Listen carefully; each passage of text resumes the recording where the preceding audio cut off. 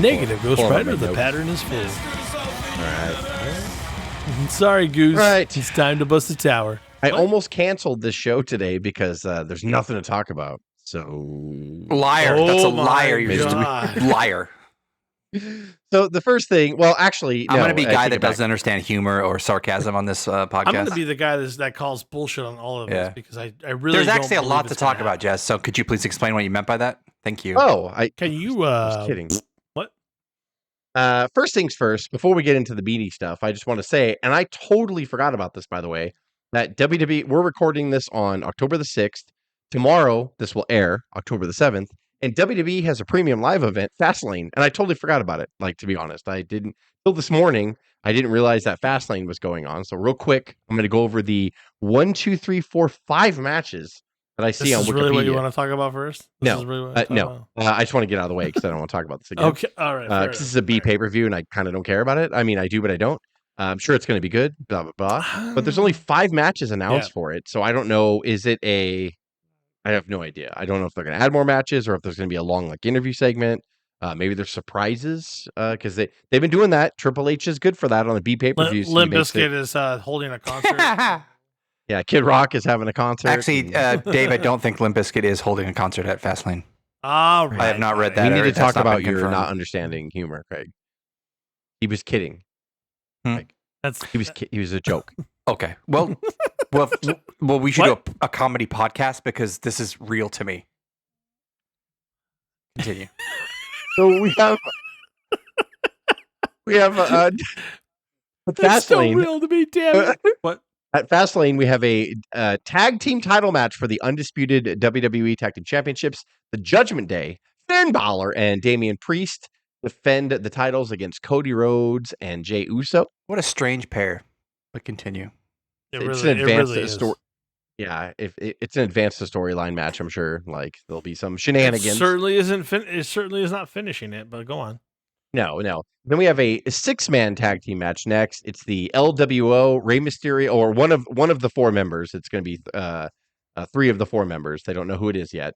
Versus Bobby Lashley and the Street Profits, which I'm interested in because I like the pairing of the Street Profits, and I want them more. I feel every week they've been doing the same shit over and over again. Where Lashley just comes out and he's like, "They are great, good job, Street Profits," and I'm like, But not when they lost. Not when they lost last week. He was pissed. That's He's true. Like, turning all the gear. Lashley fought Mysterio tonight on SmackDown and won, and then 2 of the LWO got hurt, and so I forget. So it's forgive me, it's Ray, and then is it Santos Escobar? Yes, probably. So those are the Escobar. 2 that are going to be for sure. The other 2 got hurt, and then Ray said, so it might be a surprise. Ray said, "Let me make a call," and so hopefully Carlito. It's dumb. That would be very fucking cool if it was Carlito. Oh, that would be cool. So that's the rumor. Cool. Oh, you think? Oh, okay. You think he's going to go inside that? Ooh, because I was just thinking that's very smart, actually.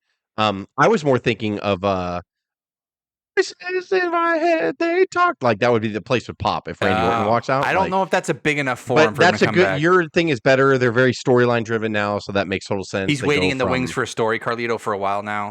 You're right. I'm just saying. It's not. Brain. I wish I could. My fantasy brain goes crazy. Twitter and someone pointed it out first, so it wasn't necessarily my brain.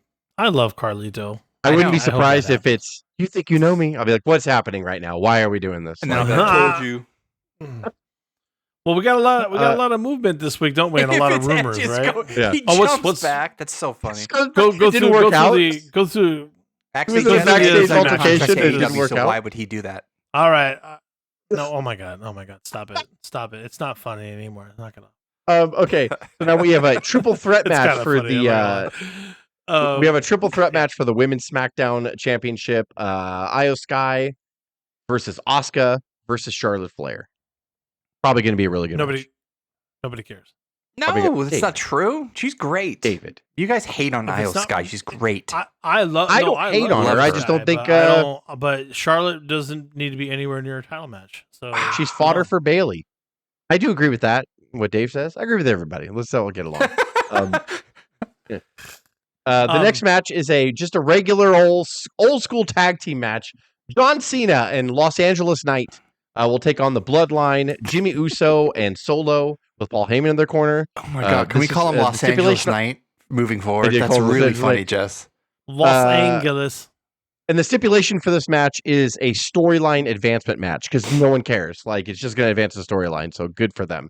That's the stipulation, is we're going to get more out of this and have to tune into their fucking programming every week. And then the main event for Dave's favorite championship, the television championship, Seth Rollins takes on Shinsuke Nakamura in a last man standing match. Who will absolutely never win and has no chance in winning whatsoever. And he got pinned clean on the last pay-per-view.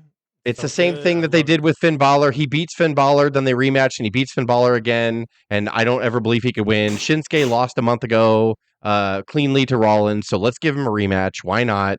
He'll lose again, unless there's like a big surprise. I guess that's what Cody did, right? They burned 3 months. They win three in a row. That's kind of what they're doing with Rollins. Like no one knows everyone knows he's not going to lose this. I hate to say it, Cody's makes sense. Rollins does not. Like, if you want to build drama and you want to make me think that Finn or AJ or Shinsuke has a chance, I don't care. Like, so I think their first match, Seth and Shinsuke, was not the main event, right? So it was in the middle of the card. Then you kind of have carte blanche to end it with some bullshit, whether it's a DQ or a count out. Dave will lose his shit, but I'm just saying, like, I do. You will have carte blanche, and then that way you build heat. So Shinsuke didn't get beat, or he took a cheap way out, or, like he did something stupid and got disqualified, whatever. And then he beats the shit out of Seth Rollins. Then in the rematch, I'm like, ooh, it's a last man standing. Ooh, like Shinsuke might beat him or whatever. It's just building heat on it. Instead, Seth beats him clean. I don't think Shinsuke should win, and he probably won't tomorrow. Like, it's just and Seth has unnecessary beef with him at that point, and he's in Seth's head. I'm like, no, he's not. It's your story that's not working. I feel you 100%. But it could be the match work could be really good. Whenever we talk about it, a B pay-per-view, we always are pleasantly surprised. That is true. I do think it's going to be a good show. I truly think it's going to be a good show. They've always they haven't shit the bed at all, really. On no, PLEs this year. I'm being harsher on it. WWE, especially since Triple H has taken over, has been really, really, really good. Calm down. he just took over. What? I didn't know about that. So it's been really good. It's been way more watchable. The 3-hour Raw, which is just too long anyway. We all agree on that. Oh, I can't. I've not watched a 3-hour Raw. It's hard, but they make it more watchable. I have to say, SmackDown's a great show. NXT's been getting way better under Michaels. That makes me, I want to jump out of a building right now after saying that. But I mean, it's true. It's true. They're young, a little bit younger, and more than a little bit. They're younger than Vince was, and so they have a little bit more of like their finger on the pulse. They trust younger guys in the back to kind of give them a little information on what's cool. Triple H has always been really big on storylines. Like, he really has. And so I like it. I like it a lot. I like the fact that pro wrestling in general, even on the other side, AEW, they're doing storylines. I like that. It makes you tune in. You tune in your favorite show every week because you want to progress the story. Like, I get it. Like, and I love it. And it's fine. Yeah. Like, wrestling's great right now. I'm being nitpicky, right? Like, do we want to I get Peacock. I'm gonna fucking watch the premium live event because it doesn't cost me anymore. I already get Peacock, Well, so it's like I'm a bitch, is what I'm saying. Let's jump into the craziness. Do you want to talk about Copeland? You want to talk about Punk first? Which one are we talking about? Or NXT? What do you want to talk about? I don't even know what's going on with those two. Okay. So let's talk about Punk since we're talking about WWE. So now the strong rumor is, and it's being confirmed by the sources that a lot of people say are liars, but then they'll believe this. Like, it's being confirmed by multiple dirt sheet sources that, again, people think are lying, but then when they want to believe it, they will. Which means that dirt sheets kind of get a little bit of the truth, like a little bit of nugget in there, that CM Punk is going to sign. We all know that Survivor Series is in Chicago. So it's kind of he got fired at the right time. It's all the work. It's all the work, man. There is something to these mysterious messages and Michael Cole and stuff in the announcers, and he even said on SmackDown tonight something about the devil's greatest trick was knowing he didn't exist or whatever, and there was puppeteer last week and some other shit. It's like, I'll just simply say, and I'll end it here, is I kind of find it disgusting that he's a dude that will do what he just did and put everything through, and then he gets rewarded and he's going to have a WrestleMania program and come back. He had the chance have no interest in seeing him. Yeah. I'll watch. It'll get a big pop, big rating, and $1 billion corporation. It's going to sell some T-shirts, but I'm personally disgusted. That's just and allow me to steal Dave's thoughts from his head right now. Fan feels right now for sure. Dave's thoughts from his head, and I will echo what Dave. I know what you're going to say. He'll get the big pop in the beginning, but the real Punk will show his face, and he'll be gone sooner than later, and it'll be another. It probably won't pay off. It'll be another hit. I mean, it'll pay off for what they want, right? Like WWE is such a big machine that if they just want him to pay off to pop a rating and then one pay-per-view or two, they'll do it, and it'll be fine. He'll tear his fucking meniscus on the first Raw against Omos and then be out for 8 months. Punk is great on the mic, and if he wanted to make himself the most polarizing figure in wrestling history, he's successfully accomplished that, let me say. So he's going to garner attention. He will. Yeah. And that's fine. Mm-hmm. That's totally fine. And if they want to give him a World Television Championship match, that's great too. I don't care what they do with him. I really don't. I'll watch it and I'll be like, ooh, and I'm sure I'll have a great interview because he's so good at scathing people and cutting people down with his mouth, and that's great. And Punk's really talented. Pipe bomb too, Jess. Pipe bomb too. But the thing is, I agree with Craig. He had the chance to go to AEW, which is not affiliated with WWE, and actually be a locker room leader and prove all of them wrong the first time. All the things he said bad about Vince and Triple H and the Rybacks and all that stuff and the way the system was and all that. I don't think he was wrong about that. And then he had a second chance. I'll just simply. Then he had a second chance and had his own show on Saturday to get him away when he fucked up the first time. Continue. Yep. Yeah, and then he fucked that up too. And so it sucks because like he is talented. He's great on the mic. He's got a voice that carries some weight. He's got a presence about him. Mainstream loves him. They really do. He's that X factor. Yeah, but the thing is like I agree with Craig. Like, you got to advance the industry, not just the promotion that you're with. If you advance the industry, your promotion will flourish from that. And he fucked up. He didn't see that. And that sucks. Like, it really just sucks in general. Like, I'm disappointed in him. I really am. Like, he had the chance. He had that big comeback in Chicago, the debut episode of Rampage. Like, it was all fucking great. And just the first 2 months that he was back, the ovations he got, like his matches with MJF and everybody else were good. And then something fucking happened and it just got nasty. And I'm not saying AEW's new. They're going to be dysfunctional a little bit in the back. Tony Khan does need to do something. There's no question about that. But just CM Punk he could have been the answer or part of the answer, and he wasn't. And like, that's such a fucking shame. And then we're going to, blend right into Edge. Adam Copeland debuted at Wrestle Dream last Sunday. And listen, I think they can get it right with Adam. I think that. Of course they can. But can I say that I don't think any of us, after what we saw, are calling that the actual story. I think Christian Cage fucking elevated himself once again with 3 words, and we all talked about it for like 3 days. I have watched that clip probably 50 times, like since Wednesday. And I think it's probably one of the greatest things ever done in wrestling. It's amazing. I really do. It's amazing. Like Edge just went like, he gave a great promo, and when he hugged him, I knew. Nope. I thought Christian was just going to drop the mic and walk out, and then get you guessing like, ooh, whatever. But the fact that they let him do it, I know it was cut out of the live broadcast, but the 3 words, there's no more perfect 3 words that he could have fucking said when he's like, go fuck yourself. It was perfect. It was fucking I was like, I laughed so loud. Like, I got goosebumps when he said it. And like, I was like, dude, that is fucking perfect. Like, that is just the greatest thing I've ever heard. I'll be straight. That moment was bigger than Copeland coming in. It was bigger than the Punk rumors to WWE. Like, that moment was the moment of the week, probably the month. And Christian is fucking brilliant. He is so brilliant. He's amazing. Totally underrated in WWE. We talked about it for years. I didn't watch Wrestle Dream, but I have a habit now of watching all the media scrums. And the Wrestle Dream media scrum was 2.5 hours. And I was like, holy shit. And I still loved it. Fantastic. I watched it the next day.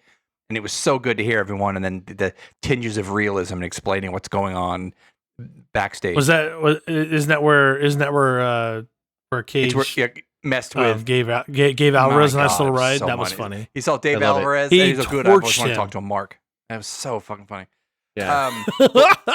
He's like, do you wrestle? Did you ever wrestle? Good, because you suck. I was like, but yeah, I heard you. What I quickly want to say, someone on Reddit said MJF busted his balls too. He's like, I'm talking to you, and he didn't say Brian's name, but he was like, you said, and I quote, and he gave the review of the match. He was like, you're missing the point, like the whole thing. So MJF was on like them too, which is really funny. I think it was good. Someone on Reddit said something like, it's going to be a bigger story than we realize is Christian and Copeland. if all the stuff about 100%. the father and dead fathers. So someone said, if you don't know the history of Copeland and Christian, Edge kind of grew up without a father and grew up kind of in Christian's household with his mom and went on vacations with his family. And I was like, holy shit. It's going to get so good. This is going to be fucking brilliant. And I was like, oh my gosh. Yeah. So it's because at Wrestle Dream, they had the Antonio Inoki with his grandchildren. And then Christian cut back to Christian Cage, who said, it was like, they lost their grandfather. Like, it's so fucking funny. They just kind of like the entire point of the event, they still. But the way this motherfucker walks to the ring makes me fucking die. He's like leaning back when he walks. And it makes me laugh so hard. Like, he's so brilliant. And I was like, God damn it, he wears Christian, a turtleneck and a with goddamn turtlenecks and dickies. But if he takes that shirt off, he has an 8-pack. And he has an incredible body. Yeah, he's shredded. But like, he's a heel, and he's not going to fucking show you, or like whatever. Maybe he's like, what's the young wrestler's name that just joined his faction? Fuck, I don't remember his name. But on the media scrum, he was like, he's a good boy. He's a good boy. And I died. Wayne, dude, is it Wayne something? Should have me rolling. Like, yeah, it's Wayne something. He was like, you mean the good boy? He's a good boy. And I was fucking dying. Because Alvarez's question was, when did you first see Wayne something wrestle, and how did you think so? I've never seen him wrestle. Yeah, and then was like, but he's a good boy. Yeah, like just dead silent. He's. I knew when I met him that he had what it took. He's a good boy. Like, he's so fucking great. Like, I love it. I love it. And Edge is doing really good too. And it's weird. Like, we've seen people jump ship to WCW or back and forth. I will never. The young wrestling fan in me comes out seeing a famous wrestler or someone that was so ingrained in one promotion for the longest time. Like, the first time I saw Hogan on WCW, it looked the same, but completely different and weird. The lens is different. The camera angles are different. Like, I remember, I'll never forget when I saw Hogan in WCW, and I was like, I don't know what I'm watching right now. Am I? Is Copeland this real? Was the same way. It was weird watching him. Adam, even different. Daniel Bryan was, but I forgot because that was all before the pandemic and everything. And then, unfortunately, the last year and a half has been a fucking Punk nightmare. But I mean, like, even when Punk came on, it was like weird watching Punk, and I was like, that's just weird to watch them. They're familiar to me, but it's foreign right now. Copeland he ran to the crowd and then ran to the other side and realized there's no seats and they were empty seats, and then he had to back up and go back to the middle. Listen, I think I texted that to you. I was like, you can't fucking do that, Edge. Like, you cannot go run to the other side because he was going to run to the empty side of the arena. You can't do that. You got some work to do, buddy. They hired you for a reason. You got some work to do. You got to fill that shit. Like, it's going to be interesting. And just the talk clip of Adam coming back, it was like 14 million views or some crazy shit. So like, they're doing good. And by the way, I think they dropped the ball the next night on Dynamite, or the next week on Dynamite. That 4th anniversary special, there was a lot of errors, a lot of audio issues. That was kind of a really big disappointment to me. That wasn't really. Didn't they play the Adam Cole vignette twice? And it was TBS's problem, not AEW's. Because apparently people on Fight could see it and hear it fine, so it was definitely TBS. But it just missed the gravitas of being a 4th anniversary. There was something wrong with it. I don't know. It wasn't a great, and the ratings really showed. The ratings again. If they go 30, 50 years, no one's gonna remember their 4th anniversary, man. Like, I don't remember. Do you remember Vince's 4th anniversary? 800,000 views, and Edge was there. We're making on the DVR problem. TBS in the schedule on your guide said it started at 4 p.m. I think we're making. So you couldn't DVR. I don't know why. I feel like, I'm not saying you, Craig, but I feel like we totally make a big deal about like stuff that doesn't matter with such a young company. Long term wise, like, let them. Yeah, if they go 20, 30 years, we're not going to be talking about this. We're just not. I mean, I don't know. I mean, is the wrestling good? Are you guys liking the storylines? Okay. Like, by the way, WWE messed up pretty hard when The Rock came back, and they didn't think about how much was going to be edited out, but, it happened. Or not even that. What a lot of people forget is before the pandemic, WWE was in crisis mode. They were only putting like 2,500 people in house shows. They were not selling out. They had a live SmackDown, and they had executives from Fox there, and they had to tarp off half the arena. And the executives were like, "What?" Yeah, they were scared. Yeah, and then after the pandemic, it all changed. And then when Vince got taken out, it all changed, and they've been doing good stuff. But they're doing what AEW is doing now. They're starting to retell long stories. MJF, Adam Cole. Now with Adam Cole's injury, I don't know how they're going to do this, but I'm interested. I like it. I love MJF. I love Adam Cole, but I don't know if Adam Cole is going to come back. Honestly, I mean, if you how is nobody concerned about that? I was talking to you guys and we were making fun of it. You're like, he's 17. I'm like, how old is he? And we realized he's 34, and he is beat to shit. And you know, Dave always said this. Like, he's too fucking skinny. He has no muscle mass on his body, man. Like, go eat a fucking sandwich, please. Cheeseburgers, like Jesus Christ. I'm not saying get on the juice. And you know what? Pro Wrestling Tees and AEW merch. He better than you, Bebe's like for the top 10. Like, he moves the needle, no doubt about it. Like, yeah, but like. And honestly, like, I mean, I know this is an obvious thing, but how talented is MJF? It's really disappointing. Like, although he got a lot of flack this week for a piss like, poor performance on Dynamite, doing kind of a really lame Rock, kind of almost trying to replicate what Rock did, like making the crowd chant tofu and then taint or whatever on the other side. Like, yeah, but he does that every week, though. I disagree with that. He does it every week. Like, he has been trying to get people to chant ever since he started being with Adam Cole. I'm your scumbag, like, and all that stuff. Like, he's just doing. But he admitted it himself. Like, I wasn't. I dropped him on my game for some reason. And I think it was because that's not realizing how over. Yeah, whatever.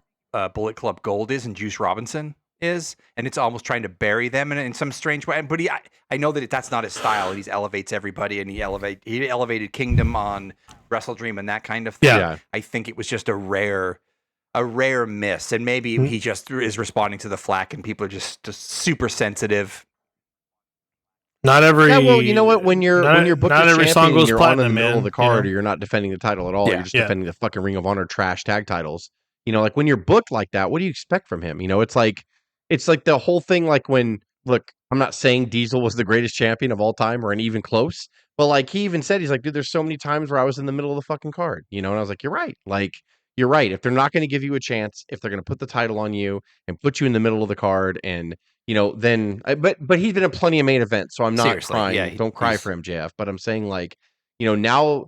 Yeah, they're making him defend the ROH tag titles way more than anything else. He's not the main event of anything anymore. I'm like, he's your champion, so you need to keep him like up there. But his presence takes over. Don't get me wrong, but like, yeah, they gotta they can't fuck MJF up for the sake of Adam. What's funny is I know it sounds weird because I felt Macho was the same way when he was the champion because it was just the mega powers going everywhere. But on house shows, he was defending that thing everywhere. Yeah. To my understanding. But when he went to national television, he was not defending the title on that, and it was just like the way it felt. I was like, what?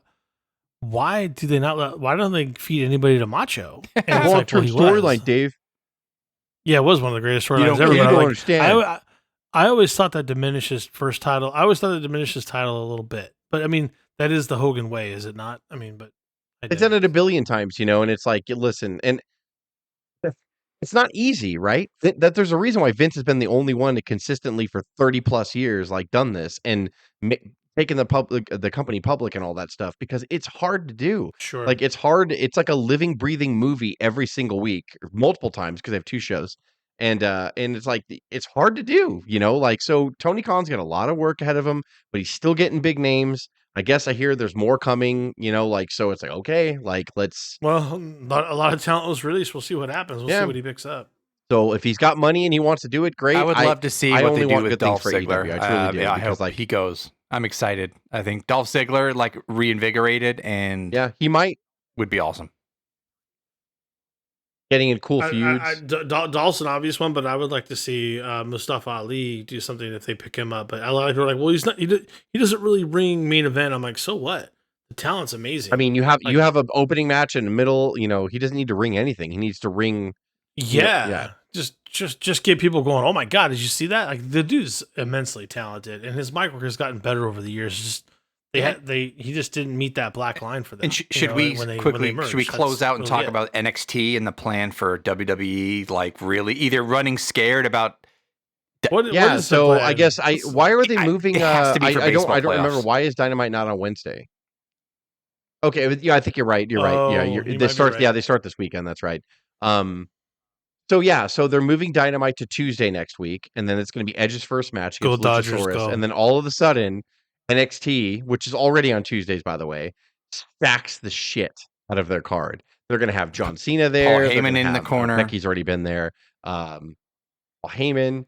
Yeah, there's gonna be. Craig said before we hit record that the Undertaker is reported to be in the area this weekend, and he may just pop in on Tuesday. So what? Yeah. So what? So he's going to be on NXT. Here's the deal. Just deal with it. Here's the deal, though. Here's the deal. It's going to bring more. If you're a WWE fan or AEW fan, you hate the fact that the other person's doing it. It's going to draw more eyeballs on Tuesday. By the way, so people are going to be checking out Edge. I've seen the stuff online where I am seething right now. I'm like, why are you upset? If competition's good, that much, and it means they respect that. Here's a spoiler. This is all good. You want to know? Here's a spoiler. But you ready? But I look at like I got an idea. Why don't you just be better? And what's wrong with people 100%. Like Cena and Taker giving NXT players the rub so they can get better? No, there's nothing wrong with that. There's nothing wrong with that, and there's nothing wrong with what Craig said either. That means they respect AEW. Stop being a little Twitter bitch and just go watch. And here's a spoiler. Are you ready? Yeah, tell me. Yep. Yeah, AEW is going to lose the ratings. They're done. AEW is done. They're going to fold after that. That's what I'm saying. Like, it's not. There's no surprise. Like. Yeah, people need to stop freaking out about it. They better win. They better win with Cena, Undertaker, Becky Lynch, and they're going to have a bunch more. Like, how would you not? How would you not? Like, yeah. By the way, I would argue that just having Becky on the card for that tape, even though I'm not a big Becky fan at this point, she's starting to come back around. She has increased ratings. The last 2 or 3 weeks of NXT has been very good. Like, very good. Pretty good. Yeah. But just having Becky on that would probably still pull the ratings WWE's way because people love Becky. But I don't. I know people. What are you so upset about? Getting an amazing Tuesday out of nowhere when you would only have NXT. Now you're having AEW and NXT, and they're loading up both cards. Even AEW is stacked. Daniel Bryan. Against. Can we take a moment to talk about the idiots on Twitter? It's because it's my job to watch it. I'm like, you have like 5 followers. Shut up. Like, it's not your job. It's not your job to do any of this shit. I think Saraya had a really good tweet, and she's like, by the way, nobody hates wrestling more than the IWC. Totally true. So true. And Daniel Bryan against Swerve. Are you kidding? Like, okay.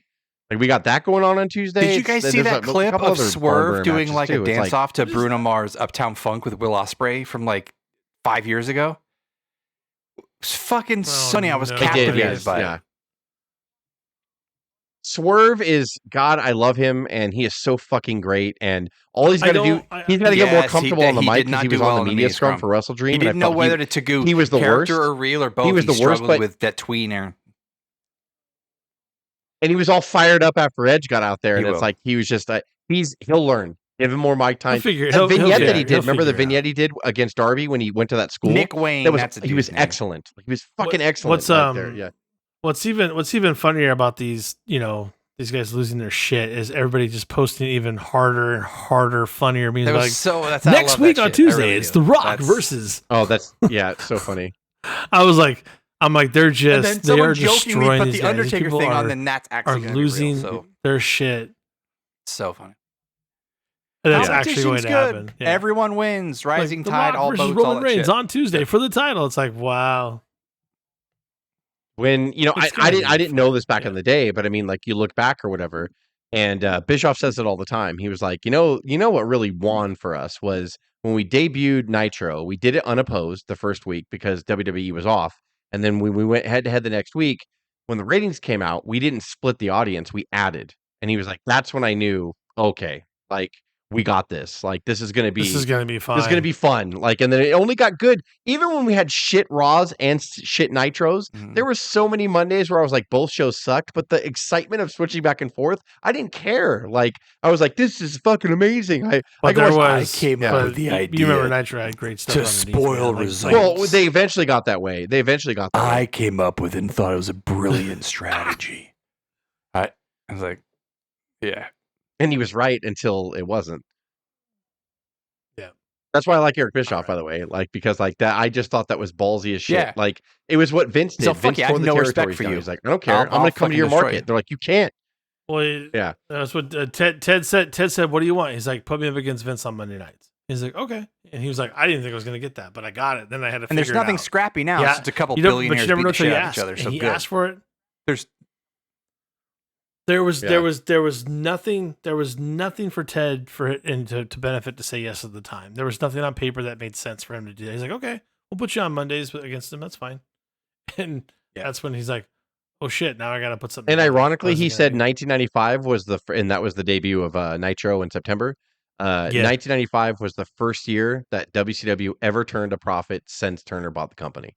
1995. Wasn't there some dick executive that he bet he made a bet. He said, "Hey, I bet you will profit at least $1, like in 1995." And then he brought him $1, and he was like, "Yep." Right? And he was like, "If I'm right," he's like, "at the company Christmas party that year, you have to hand me the $1." And then the guy said, "That's no problem." And he said the executive not only showed up with the $1, but he got on his knees and gave it to Bischoff. And he was like, "I respect him for that." And fucking Conrad goes, cool. "Please tell me you framed that $1." He goes, "I didn't." And he goes, "Eric." And he goes, "I'm sorry." He said, "Do you know how much fucking money that would be worth right now? A framed $1, the $1 that he gave you at the party." He's like, I know, Conrad, but I'm not a collectible guy like you are. I don't care about that stuff." Like, and I was like, he really doesn't. Yeah, I'm sure everybody listening to the podcast, he cares more about his grill than he does collectibles. Yeah. You get that reverse. I gotta tell you, Conrad, you get that reverse sear going. All right, I'm driving in. When I get my phone out, that's so my fucking so it's already ready when I'm there. I'm sorry, Conrad. I got it. Oh, that's sorry. Phenomenal. So good. Let's wrap it up.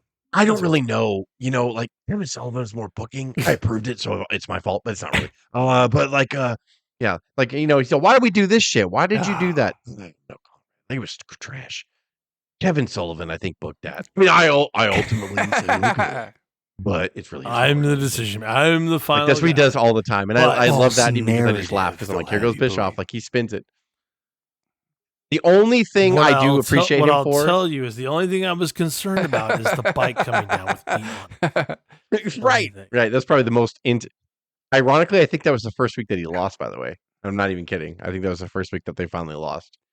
When he fucking got lowered down the bike. Have a great week of wrestling, everybody. Yeah, in the seats. Like, subscribe, and comment below. Right? Yeah. Yep. You got FastLane tomorrow. Is it FastLane? I fucking forgot the name of the pay-per-view already. It's FastLane. Yeah. We got Lane Tuesday. Fast? Apparently Tuesday is the biggest night in wrestling history that's ever been. Wrestling blowout. Yeah. If you believe the overhyped social media and like the over the top social Punk media, which is next to every match must go. So yeah. So a nice little this is a trim episode. I think that's it, right? If we talked about everything. Yep. Copeland Cage coming up in a matter of months. It'll be fantastic. I hope it's Full Gear because we're going to Full Gear. Ooh. So maybe it might be Christian and Copeland. Who knows? At the forum. Peace out. Yep. Good stuff. The goddamn forum. All right, everybody. And go fuck yourself.